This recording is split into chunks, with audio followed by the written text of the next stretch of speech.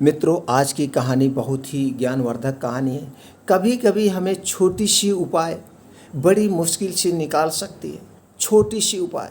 दोस्तों, आज की कहानी इसी पर निर्धारित है। आज की कहानी से आपको बहुत बड़ा ज्ञान मिलने वाला है। कितनी भी बड़ी मुश्किल क्यों ना हो, हम इस छोटी सी उपाय से, छोटे से ज्ञान से इसे बच सकते हैं। तो इस उपाय को खुद सीखें और बच्चों, परिवार को, सबको सिखाएं। चलिए दोस्तों, कहानी को सुनते हैं और अपने ज्ञान को बढ़ाते हैं। सभी मित्रों का हमारे इस कहानी के चैनल पर बहुत बहुत स्वागत व अभिनंदन है। मित्रों, एक समय की बात है। एक जंगल में एक गाय रहती थी। गाय का एक छोटा सा बच्चा बछड़ा था। वह अपने बछड़े से बहुत प्रेम करती थी।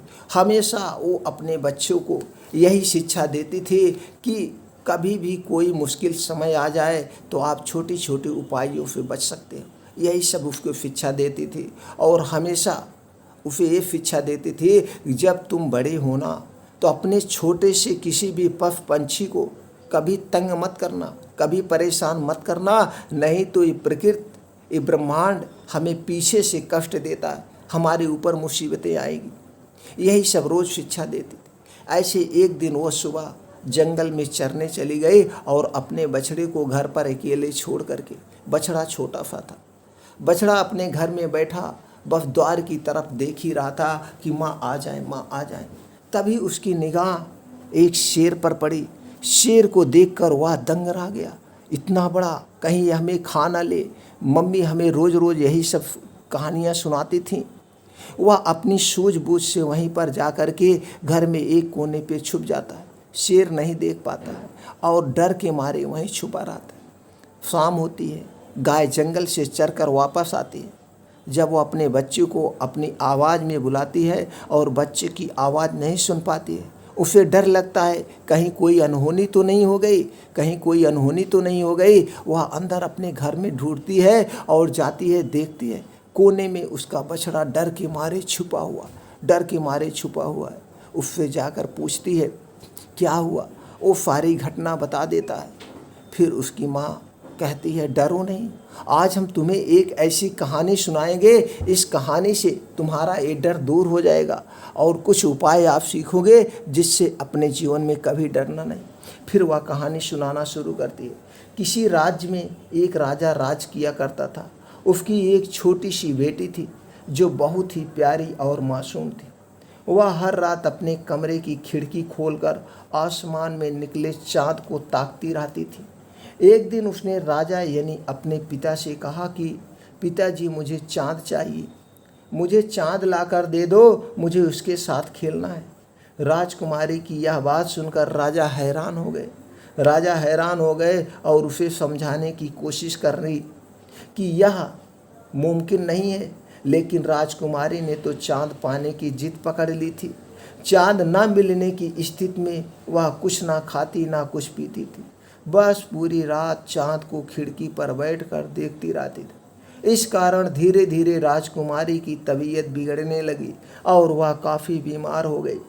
राजकुमारी की यह हालत राजा से ना देखी गई और उसने अपने मंत्रियों और दरबारियों को राजकुमारी के लिए चाँद लाने का आदेश दिया।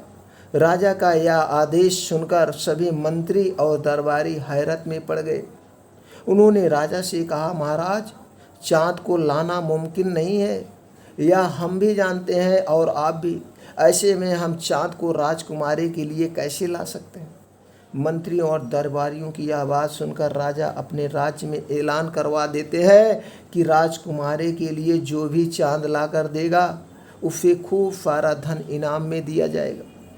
जब राजा के इस ऐलान के बारे में एक व्यापारी को पता चला तो उससे राजा का दुख देखा ना गया। वह फौरन राजा से मिलने पहुंच गया।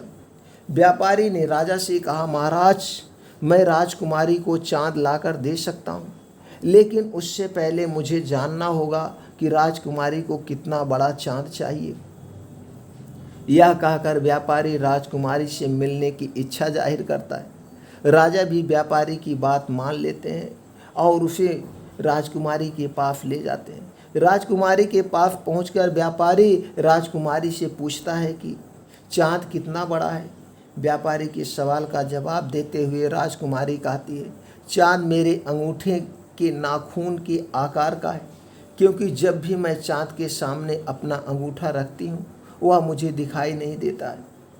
इसके बाद व्यापारी पूछता है कि चाँद कितना ऊंचा है, तो राजकुमारी कहती है, शायद पेड़ से थोड़ा ऊंचा है, क्योंकि वह हमेशा महल के बाहर लगे पेड़ के ऊपर ही नजर आता है। अंत में व्यापारी पूछता है, अच्छा राजकुमारी, चाँद दिखता कैसा है? इस पर राजकुमारी जवाब देती है कि चाँद चमकीला है और चांदी की तरह सफ़ेद दिखाई देता है।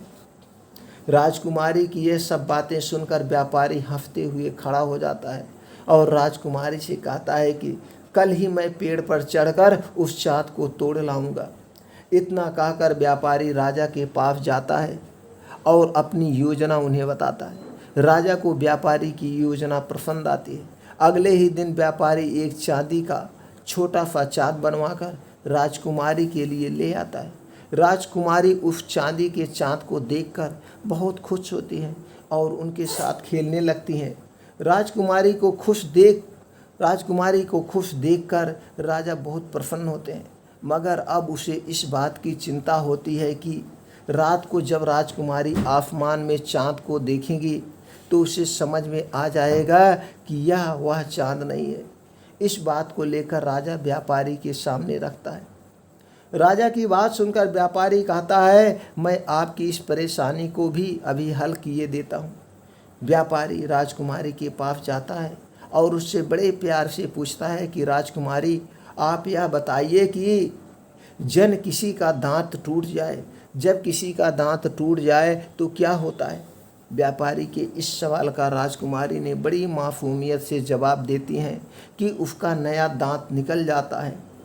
तब हंसकर व्यापारी पूछता है, अच्छा यह बताइए कि क्या आपको पता है कि जब कोई चाँद तोड़ लाता है तो क्या होता है? इस पर राजकुमारी कहती है, हाँ, वहाँ दूसरा चाँद उग जाता है। राजकुमारी का जवाब सुनकर व्यापारी कहता है कि अरे वाह, राजकुमारी को तो सब कुछ पता है। इतना कहते ही व्यापारी कमरे की खिड़कियां खोल देता है और कहता है कि आइए फिर आज हम नए उगे चाँद को देखते हैं। आसमान में चाँद को देखकर राजकुमारी कहती है, मेरे पास जो चाँद है वह नए चाँद से ज़्यादा खूबसूरत है, और अपने चाँद के साथ खेलने में जुट जाती है। यह सब देखकर राजा बहुत खुश होता है और व्यापारी को बहुत सारा धन इनाम में देता है। मित्रों, इस कहानी से हमें क्या सीख मिलती है? नन्ही राजकुमारी और चंद्रमा कहानी से सीख मिलती है कि कभी कभी बड़ी मुश्किल को हल करने के लिए छोटा सा उपाय भी काफ़ी होता है। मित्रों, इस कहानी से आपको क्या सीख मिली, अपने बच्चों को ज़रूर सिखाइएगा। फिर मिलते हैं ऐसी ही और ज्ञानवर्धक कहानी के साथ अगले वीडियो में। आप हमसे जुड़े रहने के लिए हमारे चैनल को सब्सक्राइब कर लें, बेल आइकॉन का बटन ऑन कर दें, जिससे हर एक वीडियो की नोटिफिकेशन दोस्तों आप तक पहुंच जाए और आप उस कहानी को सुन करके अपने ज्ञान को बढ़ाएं। फिर मिलते हैं ऐसे ही नई कहानी के साथ अगले वीडियो में।